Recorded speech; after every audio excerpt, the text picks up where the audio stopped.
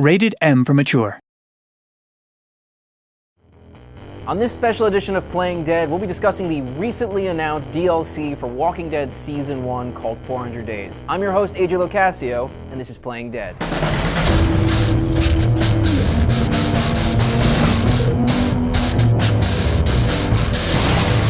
So, guys, thank you for being here today. Today I'm joined by Sean Ainsworth and Harrison Pink. Can you guys tell me, what did you do on The Walking Dead 400 Days? I was the games director, and I wrote some of it. And I was one of the two game designers on the project, the other one being Mark Darren. So 400 Days is a DLC. Can you explain to me, what does that mean exactly? Well, it's an additional episode that comes after Season 1. So do you need to have played the full season in order to enjoy it? You don't have to have played the entire season, although it's recommended. We think that the experience is way better if you finish the entire season first. Why is it called 400 Days? That's an intriguing name. We ended up coming up with 400 days because that's the span of time the episode takes place over. We wanted to do something a little different, so we thought, telling a really huge, expansive story was a nice way to go. So will this story have anything to do with Lee and Clementine? I don't think so. Not directly, no. Yeah, it definitely takes place in the same world. Right. Familiar areas. It'll feel very similar in a lot of ways. What made you guys decide to do that as opposed to continuing the story of Lee and Clementine? We got together after Season 1 was finished, and we said, we're going to do this downloadable content, and what is that going to be? And I think all of us are really excited with the idea of just doing something different, trying to kind of not do the same thing. I mean, that's what Season 2 is for, right? I mean, we're going to go into Season 2 and continue the story started in Season 1. Right. So we thought, if we're going to do this, let's touch on what we already know, but then we'll go off on a completely new direction and just kind of do some really exciting different stuff. Yeah, definitely. Yeah. We wanted to do it in such a way that it made sense for it to sort of live as its own entity. We didn't want to just feel like, oh, here's an additional thing. Right. We really wanted it to be powerful and important in its own right. And we didn't think that just continuing a story that had finished so successfully was the right way to do that. So can you guys tell me anything about the episode? Is there anything different about this specific episode? You play as 5 separate people throughout the episode. And as you play these 5 different people, their stories sort of intertwine in really interesting ways over that sort of 400-day period. You can actually play each of the short stories in any order that you want, and they'll still sort of connect up in the order that you play them. That's awesome. Yeah. It's like DuckTales. It is exactly like DuckTales. It's exactly like DuckTales. Yeah. It's kind of like an anthology, right? We've seen Creepshow or something like that, where you have just different stories, except that these stories do intermingle. Like Creepshow is one thing, and there's a frame story. These are 5 stories that sort of overlap. Right.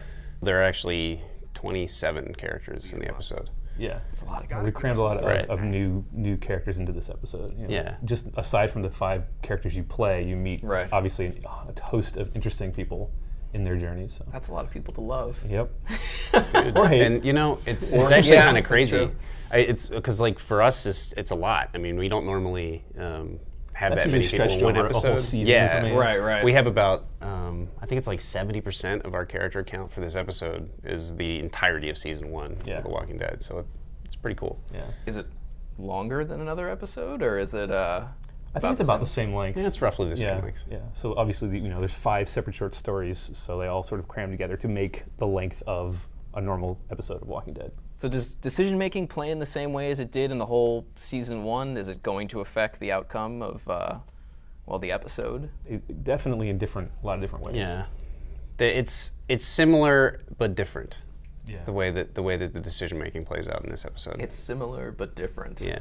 Yeah, Okay. You have these 5 short stories, so we wanted to make sure that choices mattered over a larger sort of period of time than 5, 10, 15, 20 minutes in a short story. So we had to, we've come up with interesting ways of having these stories overlap in ways that your choices will matter from one story to the next.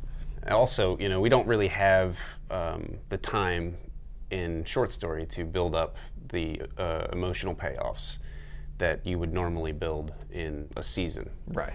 A lot of these are trying to get to know these people very quickly and then sort of have to just make a decision. They do come back and affect things throughout the episode. Okay, so I was going to ask, will the choices that we've made in season 1 affect 400 Days, and will the decisions that we make in 400 Days affect season 2? The choices that you made in season 1 will come into play in 400 Days. And then the events of 400 Days may or may not come into play in season 2. Okay. May or may not. Depending. Depending on your choices. Yeah. Did you guys learn anything from season 1 that you implemented into 400 Days? There's a lot of things that we learned from things that people really liked in season 1. Right. Similar to that, just what mechanics did people really, appreciate, and just sort of massaging those and adding things in that are similar to those, but really new ways to interact with the game that we haven't tried yet that I think people are going to really like. Will you guys be releasing 400 Days on the same platform as season 1? Are we going to see anything new, maybe? It's going to be on all the platforms that season 1 was on, and additionally, from what I hear, season 1 is going to be available on the PlayStation Vita. So, and it's going to be have all the touch controls and all the touch sensitivity that the Vita has enabled. All our sort of tech wizards figured all that stuff out, and I think that if you buy season 1, you also get 400 Days in that package on the Vita. So, when do you guys plan on releasing 400 Days? This summer. Yep, not a long wait at all. So, how much is the DLC going to cost? $4.99. That's it? Just like a regular episode. Yep, regular episode. Finally, the big question is there anything you guys can tell us about season 2? It's going to be Yeah. awesome. That's all I can say. There's cool stuff a-brewing. Yeah.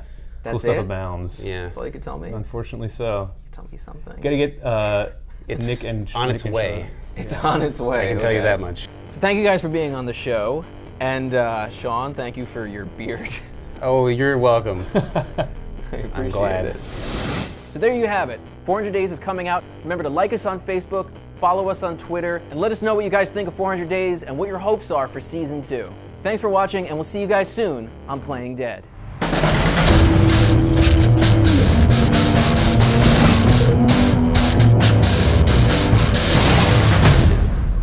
Getting people's goat is always fun.